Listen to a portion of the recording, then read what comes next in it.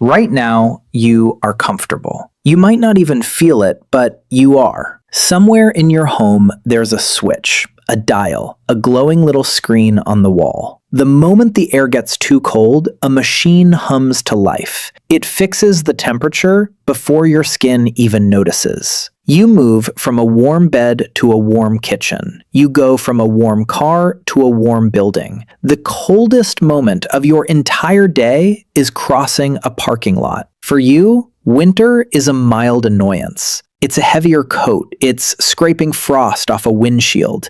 It's grumbling that the sky goes dark before dinner. But for almost the entire span of human existence, winter was not an annoyance. Winter was the thing that came every single year to kill you. And it wasn't polite about it. It didn't threaten you in just one way. It closed in from every direction at once. The cold could take you. The starvation could take you. The endless black nights could break your spirit, long before either of those finished the job. So here's a simple question with a genuinely astonishing answer. For hundreds of thousands of years, with no heating, no grocery stores, no walls that sealed out the wind, how did human beings survive winter at all? Because they did. Your ancestors walked straight into some of the harshest cold on the planet and came out the other side. The way they pulled it off is one of the most impressive things our species has ever done.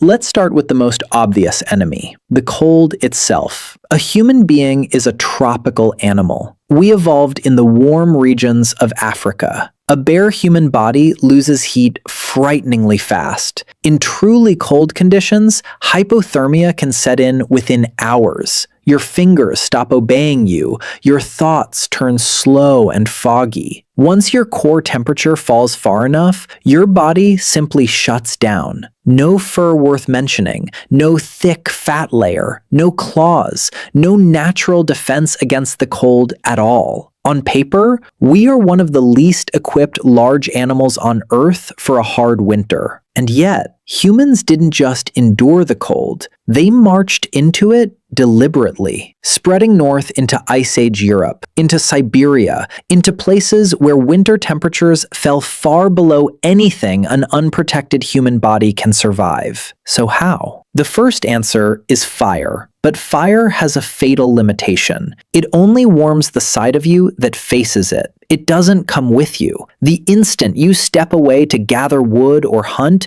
the cold rushes right back in. Fire alone was never going to be enough. What ancient humans truly needed was a way to carry warmth with them, wrapped around their bodies wherever they went. And that leads us to what may be the single most important winter invention in human history: clothing. But not the kind you're imagining. For a long time, the picture was simple. It's cold, so you throw a hide over your shoulders and call it done. But a draped skin leaves gaps everywhere. Wind sneaks in at the sides. Your arms are bare. The whole thing slides off the moment you move. In a real winter, better than nothing still gets you killed. The breakthrough was learning to cut hides into pieces and stitch them back together into shapes that actually fit the human body. Fitted sleeves, closed sides, a garment that trapped a warm layer of air against your skin. That is the difference between a blanket and a coat. But to make that leap,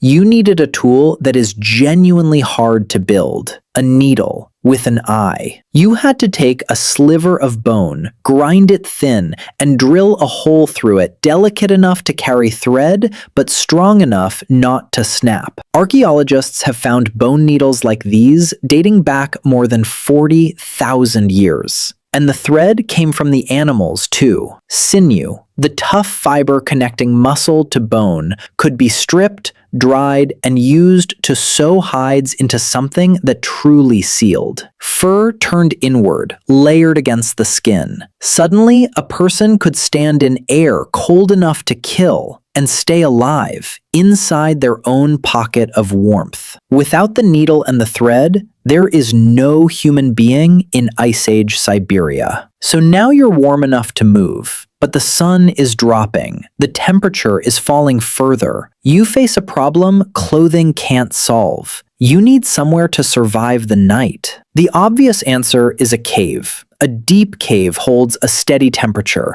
It blocks the wind. It keeps the snow off you. But here's the thing nobody tells you about caves. There simply aren't many good ones. A dry, safe, well-placed cave was rare. If you found one, you weren't the only group that wanted it. Most of the time, you had to build your shelter yourself. And this is where it gets remarkable. At a site called Mazirich in what is now Ukraine, archaeologists uncovered the remains of shelters built roughly 15,000 years ago. There was almost no wood on that landscape, and almost no stone, so the people used the one material they had in abundance: mammoth bones. They stacked and interlocked the bones of dozens of mammoths into round, dome-shaped huts. Hundreds of bones in a single dwelling. Jawbones layered like roof tiles. Great tusks arching over the entrances. These were not throwaway shacks. They were engineered structures built to hold through a brutal winter. They took real planning and real labor. And inside, you did everything possible to trap the warmth. You lined the floor. At a site in South Africa, researchers found evidence of bedding made from layered grasses and leaves, carefully arranged, dating back an astonishing 77,000 years. People were making their shelters comfortable before our species had even left Africa. A hut built from bones has gaps everywhere. Every gap is a doorway for the wind. So they sealed them, layer by layer. They stretched hides across the inner walls. They pinned them over openings. They cut blocks of sod and packed them against the outside. Some groups even piled snow against the walls. A thick layer of snow is a surprisingly good insulator. It traps air, and trapped air holds heat. Layer by layer, the wind ran out of ways in. The shelter became a system. It kept people alive on nights that should have killed them. But a warm shelter creates a new problem. To hold a fire through winter, you need fuel, a lot of it, which ties you to that shelter. You can't just wander. And that means your food has to be nearby, or it has to already be stored. Which brings us to the enemy that probably killed the most people of all: hunger. In winter, the world stops producing food. Plants die back. The berries are gone. Roots hide in frozen ground. Animals migrate away, or vanish, or grow lean and desperate themselves. For a hunter-gatherer, winter is a season when the land itself stops feeding you. Survival becomes a math problem. You have to gather enough during the warm months to carry your entire group through months when almost nothing new arrives. So ancient humans became masters of storing food. They dried it, slicing meat thin, letting it cure in the sun or over low smoke until the moisture was gone. It could no longer rot, lasting for months.